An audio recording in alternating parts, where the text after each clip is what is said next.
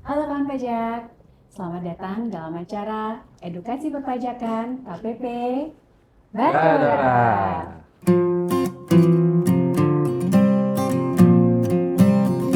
Bersama saya, Nisa, dan narasumber kita kali ini, Bang Doli dan Pak Arif. Halo kawan pajak. Kawan pajak, gimana kabarnya kawan pajak hari ini? Semoga sehat selalu ya. Amin. Kawan pajak, kami informasikan bahwa melalui penyuluh KPP Badora, kami memberikan layanan berupa edukasi perpajakan. Nah, dalam sesi edukasi perpajakan kali ini, hal yang akan kita bahas adalah yang berhubungan dengan SPT tahunan orang pribadi. Apa itu? Yakni terkait NPWP Kepala Keluarga. Nah, NPWP Kepala Keluarga itu apa sih sebenarnya? Lalu kemudian bagaimana tata cara penghitungan PPh-nya? Lalu kemudian bagaimana tata cara pelaporan di SPT tahunannya? Ini akan kita bahas bersama dengan para narasumber kita kali ini. Seperti itu. Nah, langsung saja nih kita ke Pak Arif ya Pak ya. Oke, boleh. Pak Arif, terkait NPWP Kepala Keluarga nih Pak, isu penting apa sih Pak yang bisa disampaikan nih kepada para kawan pajak? Silakan Baik, Pak. terima kasih Nisa. Baik kawan pajak ya, alhamdulillah kita berjumpa kembali dalam kegiatan penyuluhan secara daring ya. Materi kita sebenarnya hari ini semacam apa ya Nisa ya? Kita lebih ke dasar ya, kita bicara tentang NPWP ya, bahwa kawan pajak seperti yang kita ketahui bersama bahwa NPWP ini merupakan ya identitas bagi wajib pajak dan sekaligus sebagai sarana bagi wajib pajak untuk melaksanakan hak dan kewajiban perpajakannya. Nah, terkait wajib pajak ya ada wajib pajak orang pribadi dan wajib pajak badan serta BUT ya. Nah, khusus di KPP Badora memang tidak sedikit ya wajib pajak orang pribadi kita, maka sangat perlu rasanya kita hari ini membahas NPWP khususnya yang berlaku adalah NPWP untuk orang pribadi. Nah, seperti banyak pertanyaan nih Mbak Nisa, Bang Doli dan kan pajak karena wajib pajak OPWNA yang terdaftar di KPP Badora masih banyak yang suka nanya tuh, bagaimana sih kewajiban perpajakan yang berlaku di Indonesia? Bagaimana jika suami dan istri masing-masing bekerja? Bagaimana jika ada anak yang juga sudah punya penghasilan? Bagaimana seharusnya pelaporan pajak yang baik dan benar? Ya. Nah, sesuai dengan undang-undang kawan pajak, bahwa pada hakikatnya satu keluarga ini menggunakan satu NPWP seperti yang kita jadikan judul ya hari ini, yaitu NPWP Kepala Keluarga.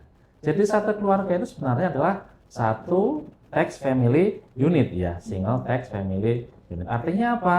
Bahwa untuk pelaporan kewajiban perpajakannya, perhitungannya, kemudian apabila ada kekurangan pembayaran cukup dilaporkan di SPT si ayah atau kepala keluarga. Misalnya apa? Misalnya tadi ada seorang suami bekerja punya penghasilan, sementara istrinya di rumah juga mungkin jadi karyawan atau juga punya usaha atau punya pekerjaan bebas. Demikian juga untuk anaknya yang masih belum dewasa punya penghasilan barangkali ya. Sekarang kita tahu ya kawan pajak, banyak sekali anak-anak kita ya, anak-anak Indonesia yang mungkin masih balita bahkan ya sudah menjadi model untuk iklan suatu produk dan lain sebagainya dengan perkembangan medsos kita. Nah, secara ketentuan secara undang-undang maka ya ketentuan terkait pemilikan NPWP ini diatur seharusnya satu keluarga adalah satu NPWP, yaitu menggunakan NPWP kepala keluarga.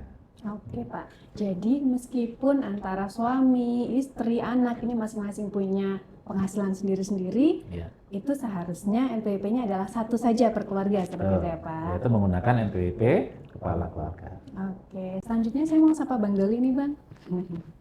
Bang, kalau sepengalaman saya nih Bang, ada beberapa wanita yang sudah menikah, tapi ternyata punya NPWP sendiri nih Bang, berbeda dengan NPWP-nya si suami. Itu gimana Bang? Baik, jadi kalau misalnya ya Nisa ketemu mereka, coba tanyakan apa yang menjadi alasan kamu memiliki NPWP. Sebenarnya kan kalau tadi sudah dijelaskan oleh Pak Arif bahwa kita menganut NPWP kepala keluarga. Namun di pasal 8 Undang-Undang PPh memang diberikan juga wanita menikah boleh memiliki NPWP. Ada pilihan ya? Ada pilihan. Jadi ada 3 kondisi wanita menikah memiliki NPWP. Makanya nanti wanita ini harus mengerti kenapa dia memiliki NPWP, sudah menikah tapi memiliki NPWP.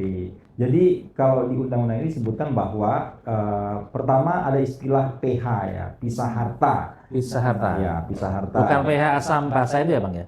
Oh, bukan Pak. Pisah harta ya. Pisah harta dan penghasilan. Oke. Dan yang kedua adalah melakukan kewajiban perpajakan sendiri. Jadi untuk wanita ini dia memang memilih untuk melakukan pisah harta. Nah, lalu yang kedua ini adalah dia memang ingin melakukan kewajiban perpajakannya secara sendiri. Oke. Ya. Dan yang ketiga itu adalah hidup berpisah. Nah, kalau hidup berpisah ini adalah karena putusan pengadilannya, jadi sehingga mereka harus berpisah. Bercerai maksudnya ya, Pak? Ya. Nanti di situ akan ada putusan hakim di mana nanti pertanggungannya. Jadi itu, jadi kalau nanti ada wanita menikah, kita tanya dia kenapa kamu punya NPWP yang berbeda dengan suaminya. Nah, pasti mereka nanti agak sulit menjawabnya. Tapi kalau berdasarkan undang PPH tadi pasal 8 sudah jelas. PH, MT, dan HB, ya, pisah harta dan penghasilan, melakukan kewajiban perpajakan sendiri, dan hidup berpisah. Demikian mungkin saya. Oke. Kalau sepengalaman saya nih Bang, mereka ini para wanita yang sudah menikah tadi biasanya menjawabnya adalah karena semenjak gadis sudah punya NPWP nih Bang. Oke. Kalau kemudian menikah dan ternyata suami juga sudah punya NPWP sendiri.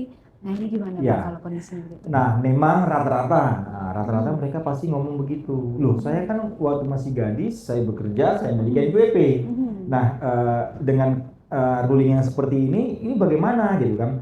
Nah, akhirnya memang ketika dia menikah, suami sudah memiliki NPWP dan dia memiliki NPWP. Tadi di awal Pak Arif sudah mengatakan bahwa sebenarnya harus NPWP kepala keluarga, walaupun tadi juga saya jelaskan dia boleh memilih. Ya. Nah, nanti kalau kita mengerti kondisi-kondisinya kalau dia memiliki NPWP, nanti kita akan dibahas ya. Nanti dia akan memutuskan karena ya konsekuensinya sangat signifikan, ya berat penghitungannya dan lain-lain. Nah, bagaimana posisinya kalau udah punya NPWP? Nah, saran saya ya kita mengajukan penghapusan, ya, penghapusan NPWP-nya. Ya, artinya penghapusan ini jelas ada di Per 04 tahun 2020, ada alasannya juga di situ. Ya, alasannya karena ingin menggunakan NPWP kepala keluarga. Jadi nanti silahkan buka di Per 04 tersebut, ada lampirannya, ya, tinggal menceklis dan ajukan ke KPP. Itu kalau dia ingin dihapus. Karena banyak ya, ada juga dulu Pak ya istilahnya 001. Oh iya, cabang. Iya, cabang dianggap itu kok cabang kan begitu ya. Lalu itu pun hilang. Kalau cabang berapa cabang, Bang? Lalu ada yang NPWP 3 digit terakhir itu 999 pula. Pernah seperti itu. Tapi itu pun sudah tidak berlaku. Pada prinsipnya seperti dijelaskan Pak Arif tadi, kita menggunakan NPWP kepala keluarga.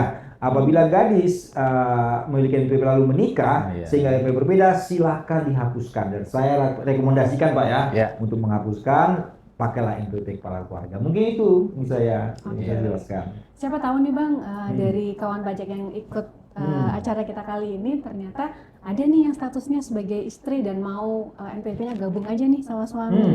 Tadi kan dibilang sama Bang harus ngajuin permohonan penghapusan nih, berarti kan ngisi formulir. Terus kira-kira ada dokumen lain nggak Bang yang perlu dilampirin?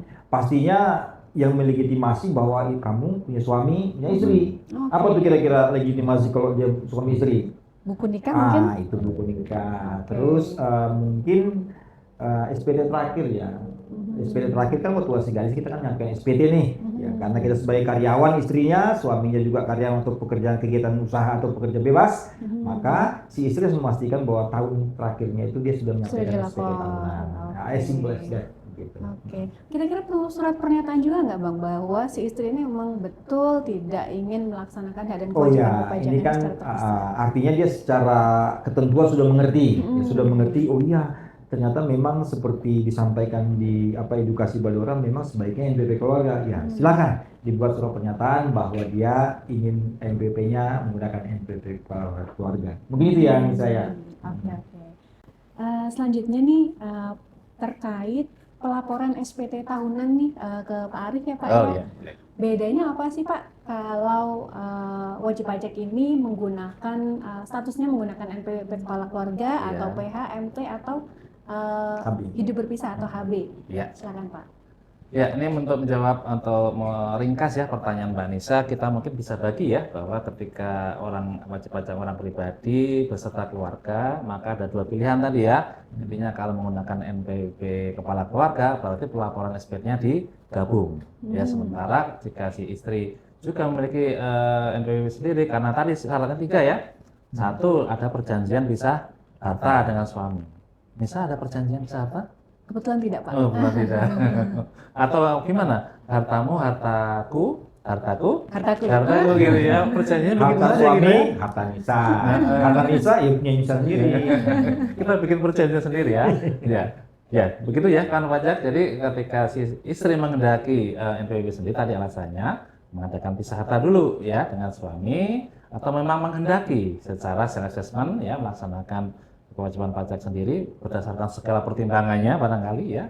Kemudian ketiga karena tadi adanya dipisahkan oleh keadaan ya, mungkin sudah nggak cocok lewat putusan pengadilan, maka suami dan istri mengalami hidup berpisah sehingga NPWP-nya menjalankan sendiri. Nah, seperti yang di awal kita sampaikan tadi, pada hakikatnya satu keluarga ini menggunakan satu NPWP saja. Artinya apa? Untuk pelaporan SPT-nya seyogyanya atau sebandungnya Bang?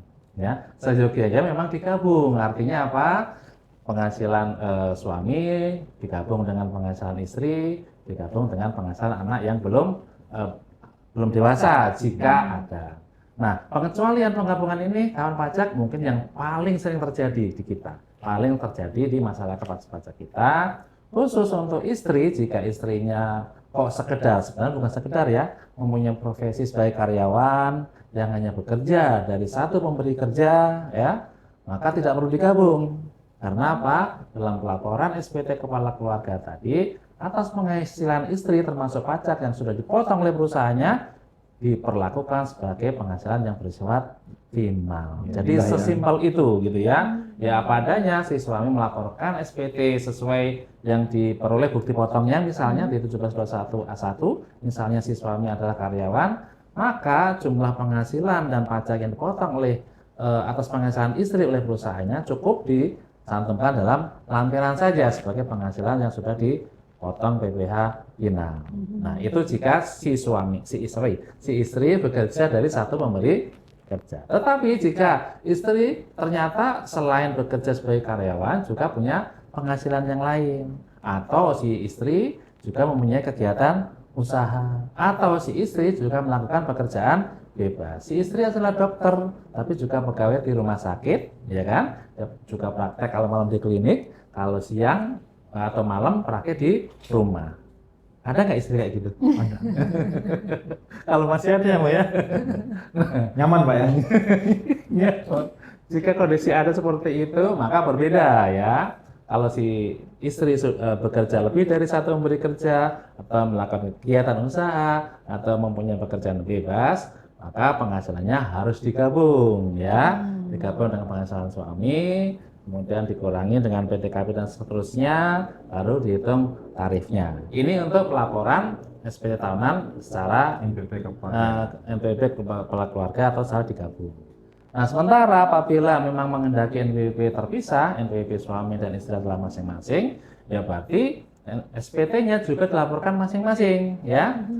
Si suami melaporkan penghasilan yang diperoleh, kemudian pajak yang terutang, ya. Kemudian kredit pajak yang sudah dipotong atau sudah dibayar di masa sebelumnya. Sementara demikian juga yang diberlakukan kepada si istri. Tapi, nah ada tapinya ini. Tapi ketika ya sudah sampai di akhir tahun, maka harus dihitung ulang nih, ya penghasilan yang tadinya seharusnya digabung kan, karena dipisah maka harus digabung dulu, ya penghasilan suami 200, penghasilan istri 100. Penghasilan suami sama istri rata-rata gedean mana? Ya bisa aja gedean Belum tentu ya. Anaknya Pak. Misalnya ya penghasilan itu sorry ya Bang ya, penghasilan suami 200, penghasilan istri 100, maka harus digabung jadi penghasilan menjadi 300 juta dan seterusnya. Setelah dihitung ya dikurangi PTKP yang sesungguhnya ya, PTKP-nya misalnya pengantin baru. Di kita ada pengantin baru nggak? Ya, enggak. K0 maka PTKP-nya dihitung satu saja, 54 juta ditambah 4,5 juta. Kemudian setelah kita dapatkan penghasilan kena pajaknya, barulah kita hitung pajaknya dengan tarif pasal 17 ya, 5, 15, 25, 30, 35% sesuai dengan pasal 17. Nah, setelah selesai kita dapatkan nih kewajiban atau pajak terutang gabungan nih suami dan istri, baru kita spread lagi, kita pisah lagi berdasarkan apa? Berdasarkan perbandingan penghasilan itu suami dan istri. Jadi kalau secara logika, secara matematis langsung kita bisa pahami ya, ketika si suami dan istri melaksanakan kewajibannya atau mempunyai NPWP masing-masing, tentunya beban pajak setelah digabung akan lebih tinggi. Karena dua hal, satu apa? Lapisannya. Iya, karena lapisan tarif pasal 17-nya biasanya akan naik. Tadinya mungkin maksimal kena 15%, ini bisa jadi kena tarif yang 25%. Ya, karena apa? Karena terkait selain itu juga terkait PTKP ya, ketika si istri bekerja dipotong PPh pasal 21 pasti menggunakan PTKP penuh ya 54 juta. Demikian juga ketika si istri dipotong PP pasal 21, maka status kawin juga mendapatkan tambahan PTKP. Nah, ketika diresum digabung PTKP diluruskan nih yang tadinya gedean nih PTKP atau pengurangan lebih kecil, tentunya penghasilannya juga akan bertambah. Jadi ada dua konsekuensinya, penghasilan kena pajaknya akan bertambah dan tarif PPh pasal 17 juga akan kena lapisan yang lebih tinggi, sehingga secara matematis barangkali ya, kalau dipisah NPWP suami dan istri, maka total pajak yang harus ditanggung tentunya lebih besar daripada digabung. Dan tata cara penghitungannya pun cukup rumit ya Pak ya. Iya. Digabung dulu, dihitung PPh gabungan, baru kemudian dilakukan pecah lagi. Proporsional, dihitung Proporsional. proporsional terkait PPh-nya sebanding dengan penghasilan itu masing-masing gitu ya Pak ya. Tadi kan terkait penghitungan PPh untuk NPWP kepala keluarga dan PHMT nih Pak. Kalau yang HB gimana Pak? Yang hidup berpisah? Ya.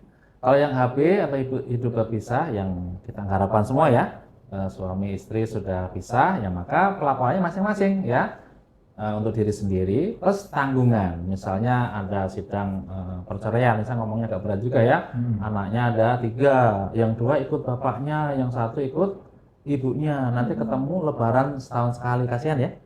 Nah, terkait ya penghitungan PTKP tadi ya, ketika si bapak membawa 1 anak, si ibu membawa 2 anak, maka statusnya tadi ya, kalau misalnya bapak ya TK dengan tanggungan 1 orang, sementara untuk ibu TK dengan tanggungan 2 orang. Oke, jadi sebenarnya sama seperti NPWP single katakanlah ya Pak, ya TK, sama-sama TK ya. Cuman ini ada tambahan tanggungan, seperti itu. Selanjutnya ke Bang Doli ya Bang. Iya, dari luar biasa sangat ya. Bang, boleh dibahas lebih detail nggak Bang terkait PTKP ini, bedanya antara KK, PH, MT tadi gimana Bang? Baik, memang ini juga beberapa orang juga dia agak asing mendengar KI0 ya. Jadi kawin, istri bekerja atau istri memiliki NPWP sendiri dengan suami masing-masing dengan tanggungan 0. Jadi memang ada perbedaan. Pertama kita harus mengerti dulu penghitungan PTKP ya. PTKP sebagaimana kita ketahui itu kan ada untuk wajib pajak itu 54 juta. Ya, nanti kalau dia kawin tambah 4,5 juta. Lalu kalau dia punya anak 1 tambah 4,5 juta, maksimal 3 ya. Sehingga kalau statusnya K3 itu 72 juta dia batas tidak kena pajak. Nah, bagaimana kalau misalnya mereka ini istri memiliki NPWP yang berbeda dengan suami, maka tambahkan saja 54 juta dalam pembuatan PTKP. Tadi kan sudah dijelaskan sama Pak Arif ya bagaimana penghitungannya. Kalau bisa saya sampaikan itu kan sebenarnya kan penghasilannya itu suami, penghasilan itu istri digabung ya. Jadi nanti untuk ini kan proporsional ya tadi ya Pak Arif sudah jelaskan proporsional. Suami dibagi total penghasilan dikali PPh terutang kan begitu ya. Nah, nanti setelah ketemu baru dikurangi PTKP tadi KI 0 misalnya, kawin istri memiliki NPWP tanggungan 0. Nah, nanti berarti kalau tadi kawin saja K0 itu biasanya 54 juta, 4,5 juta, 58 juta 500 ya. Nah, tambahkan 54 juta. Kalau dia kawin, istri memiliki NPWP. Ya kira-kira seperti itu ya. Jadi nanti maksimal itu ya KI 3, berarti 72 juta ditambah 54 juta. Ya, jadi ini tata cara perhitungannya. Memang agak berbeda dia dengan NPWP kepala keluarga. Kalau NPWP yang seperti ini, yang mereka melakukan PH MT, maka mereka harus menggunakan PTKP yang seperti itu. Sehingga nanti perhitungannya sudah adil ya, dengan sama seperti yang penghitungan yang NPWP kepala keluarga. Oke, jadi kalau NPWP kepala keluarga, misal nih status istrinya hanya bekerja sebagai karyawan, jadi nanti di SPD tahunannya si suami statusnya K garis miring tanggungan gitu ya Bang? Untuk yang kepala keluarga oh nih. iya, kepala keluarga iya. Oke. K garis miring tanggungan berapa? Oke, sedangkan kalau misalkan dia katakanlah ada PHMT nih, meskipun istrinya hanya bekerja di satu pemberi kerja, tetap KI ya Bang ya, KI tanggungan. Betul. Gitu ya Bang ya. Cuman nanti untuk kolom PPH terutangnya itu menggunakan perhitungan secara proporsional. Seperti itu. Memang tadi saya tambahkan sedikit ya Pak Arif ya. Saya sudah melakukan coba-coba ya penelitian. Memang kalau antara suami dengan istri Pak, suami dengan istri ini masih lapis 1, ya, artinya di bawah 60 juta untuk penghasilannya, ini akan menghasilkan pajak yang sama Pak. Oke. Pajaknya sama, tapi porsinya berbeda. Antara digabung dan dipisah tadi? Iya. Hasil totalnya betul. sama? Kalau sama-sama masih lapis 1. Oke. Kalau digabung itu sama, tapi porsinya berbeda. Yang tadinya saya dipotong 600, sisi istri dipotong 300, setelah dilakukan perhitungan NPWP pisah ini, maka nanti yang tadinya 600, saya cuma kebagian 450. Sehingga saya lebih besar. Lebih bayar. Nah, sementara istri saya kurang bayar. Di total sama. Kan begitu, ini pertama. Nah, ini agak ribet nih. Tapi kan kita nggak perlu khawatir ya, kalau lebih bayar itu kan sekarang ada pengembalian pendahuluan ya. Sepanjang lebih bayarnya di bawah 100 juta, itu 1 bulan ya, misalnya, itu sudah cari ke rekening. Tapi ya memang harus bayar si istrinya. Karena dia harus menyampaikan SPT tahunan, harus bayar dulu. Ini salah satu kerumitannya Pak. Nah, seperti tadi sudah dijelaskan Pak Arif juga, ketika dia sudah masuk lapis 2, itu pasti KB. Orang bayar yang dipotong di total itu masih tetap kurang. Kira-kira itu Pak ya, supaya nanti ini concern supaya ya mendingan saya milih NPWP kepala keluarga begitu ya di saya. Boleh menambahkan nih? Banyak ya. Terkait PTKP tadi ya, tadi kalau dari simulasi Bang Nuril keren juga ya buat simulasi ya. Tadi kalau menurut saya selisih proporsional berbeda itu karena pengaruh PTKP. Nah, terkait PTKP ini mungkin perlu dijelaskan karena pajak ya, terkait tanggungan. Siapa sih yang dimaksud dengan tanggungan yang dapat dikurangkan sebagai bagian dari PTKP. Jadi sesuai pasalnya berapa Bang? Tanggungannya pasal 8 juga Pak. Pasal 8 juga ya, bahwa setiap wajib pajak orang pribadi dalam penghitungan PPh-nya mendapatkan pengurangan berupa PTKP, yaitu siapa? Untuk diri sendiri, kemudian status kawin, dan 3 orang tanggungan. Siapa itu tanggungan? Pertama, orang yang punya hubungan darah ya, saudara 1 derajat ya, atau semenda ya, termasuk di dalamnya adalah anak tiri dan anak angkat.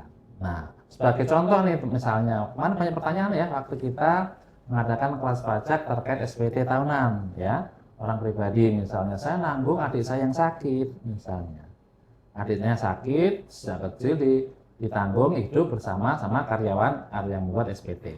Pertanyaannya, apakah adik tadi bisa menjadi bagian dari PTKP? Ya, jawabannya adalah tidak. Kan pajak bisa ngasih respon? Jawabannya adalah tidak bisa ya, karena di luar konteks yang dapat diajukan tanggung. Demikian juga orang tua saya sudah tua, sudah tidak mampu ngapa-ngapain lah, sakit-sakitan, kita yang merawat misalnya. Apakah dapat ditambahkan sebagai bagian dari PTKP? Jawabannya adalah dapat, sepanjang apa? Orang tua kita ya tidak mempunyai penghasilan. Demikian juga untuk mertua. Saya kebetulan di rumah juga ada bapak mertua nih. Oh gitu Pak, masuk tanggungan Pak? Jadi masuk tanggungan di SPT tahunan. Tapi kan pensiunan Pak. Nah, bagus sekali pertanyaannya. Kecuali jika ya orang tua, orang mertua juga jika punya penghasilan berapapun itu, maka tentunya tidak dapat ditambahkan di dalam perhitungan PTKP kita. Ada lagi satu menarik nih Bang, juga pertanyaan dan ada beberapa kasus juga yang nanya ke saya nih. Ketika ketika ya, ada satu keluarga yang bekerja itu hanya si istri. Suaminya tidak bekerja, mungkin karena sakit dan seterusnya. Nah, mungkin Bang Doli bisa menjelaskan bagaimana mekanisme kewajiban perpajakan harus dilakukan. Oke. Baik ya, kalau ini memang agak menarik Pak ya. Ya. Saya agak nakal kalau ngomong ini Pak. Jadi bagaimana kalau dia menggunakan NPP apa tadi? Yang bekerja hanya istrinya. Yang bekerja hanya istrinya, sementara Suaminya, suami. Kalau di ketentuan kita memang Pak ada Pak ya. Itu masih tetap diakui sebagai kepala keluarga. Ya. Hanya saja itu loh Nisa yang dia harus minta surat keterangan bahwasanya si suami ini tidak ada penghasilan. Iya. Bapak ngomong nganggur ya? Hah? Bapak ngomong nganggur tadi. Tidak memiliki penghasilan ya bisa karena sakit atau lain hal Pak ya. Iya. Mungkin itu yang Dan surat keterangannya nggak boleh dari RT ya kan pajak ya, minimal level kecamatan ya. kecamatan. Lurah Pak? Lurah nggak bisa. Nggak boleh Pak ya. Minimal kecamatan. Ya. Iya tentang PTKP itu tambahan tentang PTKP. Tapi kan nggak mungkin lah Pak. Misalnya Nisa datang ke kecamatan menyampaikan suami saya nggak punya penghasilan. Iya. Nanti malah ini ya, ini asesmen pertama ya, harus berani dulu menghadapi Pak Camat kan, untuk membuktikan memang kenyataannya seperti itu. Iya. Oke Pak. Kita kembali lagi nih Pak ke tema kita terkait NPWP kepala keluarga nih Pak. Kalau untuk anak tadi kan Bapak sempat singgung nih di depan bahwa anak yang punya penghasilan ini nanti digabung dengan penghasilannya si kepala keluarga dalam hal ini Bapak atau suami. Ini ada batasannya nggak sih Pak, anak yang seperti apa yang penghasilannya bisa gabung nih Pak? Ya, ini sebenarnya terus terang nih saya cari-cari pasalnya baru ketemu hari ini Bang.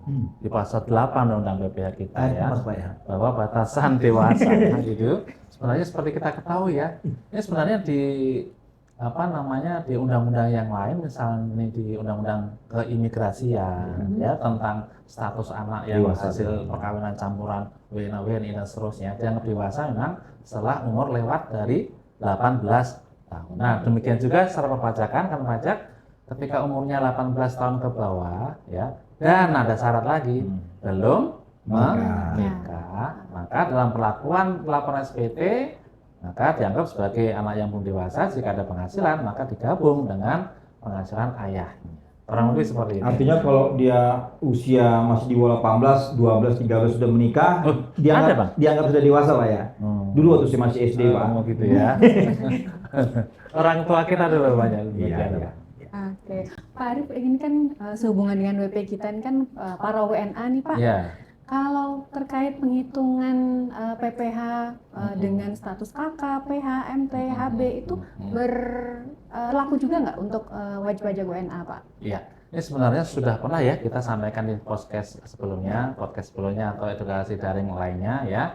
Kembali lagi kita sampaikan bahwa ketika ada wajib pajak orang pribadi asing atau yang berstatus sebagai warga negara asing, maka ketika memenuhi persyaratan menjadi SPDN, maka ketika punya penghasilan juga ya, memenuhi syarat objektif, akan menjadi wajib pajak dalam negeri. Nah, ketika menjadi wajib pajak dalam negeri, maka treatmentnya, aturannya juga kurang lebih sama dengan kita ya. Maksudnya kita adalah WNI sejak lahir tinggal di Indonesia menjadi wajib pajak dalam negeri. Kurang lebih, kok ada kurang ada lebih, memang ada yang berbeda. Nah, yang berbeda seperti yang baru disampaikan kemarin ya, bahwa ketika orang asing tadi misalnya memiliki skill tertentu ya, jabatan tertentu dan seterusnya, maka terdapat beberapa perbedaan dalam hal pengakuan penghasilan.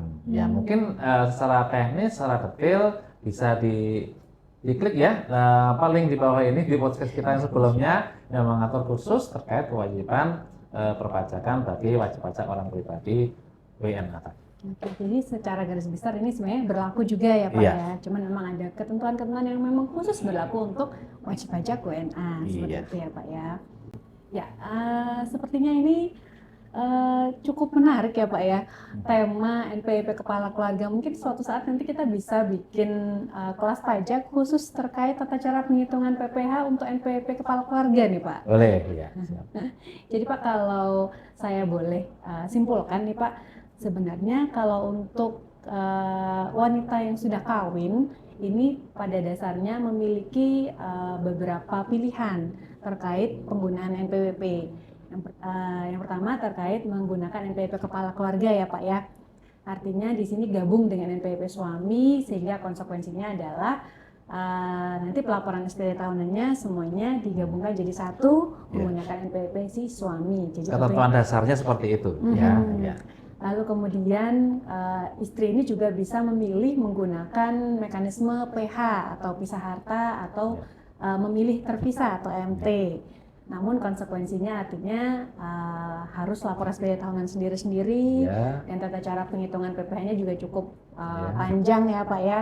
Digabung dulu penghasilan neto totalnya, dihitung PPh terutang totalnya, baru kemudian dihitung lagi PPh terutang secara proporsional. Karena ada potensi tadi kurang bayar ya. Betul, ada potensi kurang bayar. Namun memang ada sisi sisi positifnya mungkin ya Pak ya. Masing-masing punya NPWP sendiri-sendiri seperti itu. Jadi tapi mungkin saya tambahkan nih saya, ini takut terlewat Pak ya. Apa itu? Jadi saya baru teringat ini. Kadang kan kalau misalnya dia NPWP kepala keluarga, itu kan kartu NPWP-nya atas nama suami kan. Ya, nanti betul. pemberi kerja ini ketika kita kerja atau pindah kerja ditanya, kamu ngerti bahasa Indonesia nggak? NPWP saya minta. Nah ini kan ini banyak sekali terjadi. Yang ditanya lah NPWP si istrinya ini, loh NPWP mana? Ini kan NPWP suamimu. Nah maka undang-undang kita juga mengatur Pak kaitan dengan NPWP. Jadi bisa dicetak. Ya. Tadinya saya berpikir Pak dicetak itu berarti atas nama istri. Ternyata tidak. Nama suami garis miring nama istri. Ya, memang kan dalam undang-undang kita bisa nama istri sendiri, nama anak sendiri yang punya penghasilan ketika dia jadi bintang iklan dia bawa NPWP suaminya tapi sama dia. Jadi seperti itu ya. Dan juga yang menariknya lagi nih Pak, ketika saya di kantor waktu kantor yang lama Pak ya, itu banyak sekali yang datang di kantor untuk ngurus NPWP. Ya, mereka walaupun ada yang online ya, tapi mereka datang. Saya wawancara Pak, kamu umur berapa? Saya baru SMA, masih ada 17 tahun gitu kan. Terus kenapa kamu ngurus NPWP gitu kan? Ya karena syaratnya ketika bekerja harus ada NPWP. Nah ini juga mungkin sebagai pemberi kerja mungkin sebaiknya dites dulu lah. Kalau sudah terima baru NPWP begitu ya. Karena nanti yang 17 tahun nggak boleh karena nggak boleh punya NPWP ya, karena belum menikah juga. Dan kalau dia sudah punya NPWP dia melamar, wawancara ternyata ditolak sehingga menjadi beban lagi. Ya kira-kira mungkin itu Pak ya, sudah tambahan. Ya, tapi tambahan juga boleh nih. Boleh. Jadi tambahan terus. Jadi ini permasalahan existing ya saat ini yang ada. Tapi begitu nanti kita semua kawan pajak ya, setelah lagi kita akan menyongsong menyambut implementasi CITAS, Cortex ya, administrasi sistem perpajakan kita, di mana nanti semua NPWP untuk orang pribadi menggunakan NIK. Jadi ketika sudah menjadi NIK, tadi masalah yang Bang Louis sampaikan akan tereliminir. Jadi nanti NIK bisa diaktifkan full sebagai NPWP dengan segala kewajiban perpajakannya, tetapi ada juga NIK yang sekedar diregister sebagai NPWP tanpa ada kewajiban NPWP. Gitu ya. Saat ini juga di IREX sebenarnya sudah diakomodir ya. Kalau kita sih sebenarnya bisa bikin NPWP tapi tanpa ada kewajiban karena sekedar tadi untuk mendapatkan beasiswa dalam rangka mendaftar kerja dan lain sebagainya. Jadi kembali lagi mungkin Mbak Nisa bisa menggarisbawahi terkait pemadanan barangkali nih di waktu yang sedikit ini masih ada yang belum untuk segera. Oke, jadi kawan pajak jangan lupa nih melakukan proses pemadanan NIK dan NPWP. Saya jadi keinget nih Pak, kalau yang sekarang kan sudah berlaku, tambahan lagi nih, Bupot PPh 21 nih Pak. Kalau untuk istri yang memilih menggunakan NPWP suami, artinya gabung ya Pak ya, pakai NPWP kepala keluarga, pada saat si pemberi kerja di mana istri ini bekerja, ini silakan tinggal masukkan NIK-nya si istri tersebut. Jadi tidak perlu menggunakan NPWP suami. Ini adalah sesuai dengan arahan dari tim IT kantor pusat ya Pak ya. Perluasan fungsi NIK tadi ya. Ya betul. Jadi pada saat pembuatan bukti potong atas nama istri, silakan cukup inputkan NIK-nya si istri saja. Dan jangan lupa bagi pihak suami juga masukkan NIK-nya istri tadi ke data Family Tax Unit di DJP Online di menu profilnya. Seperti itu ya Pak ya. Kalau mau terusin panjang ya, tapi waktu kita mungkin nanti bagian berikutnya. Iya Pak. Oke, sekian dari kami kawan pajak. Jangan lupa untuk melakukan proses pelaporan SPT tahunan PPh orang pribadi yang batas akhirnya sebentar lagi, yakni di akhir Maret 2024 ini ya Pak ya. Sekian dari kami. Wassalamualaikum warahmatullahi wabarakatuh. Baik, Selamat siang. Terima kasih, sampai jumpa kawan pajak. Sampai jumpa.